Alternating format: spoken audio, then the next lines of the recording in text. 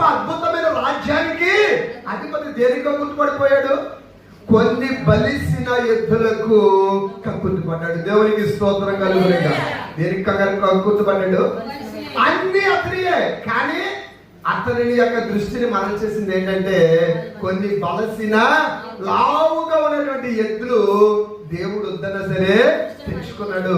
అతని మీద ఉన్న అభిషేకం యొక్క విలువ తెలిస్తే సౌలు వాటిని తెచ్చుకున్నాడా?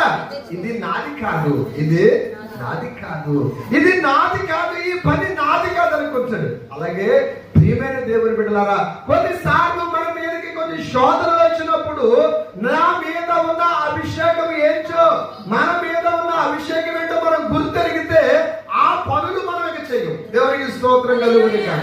ఆ పనులు మనం చెయ్యం, చేస్తామా? అప్పుడు గుర్తెట్టుకోవాలి ఏంటి?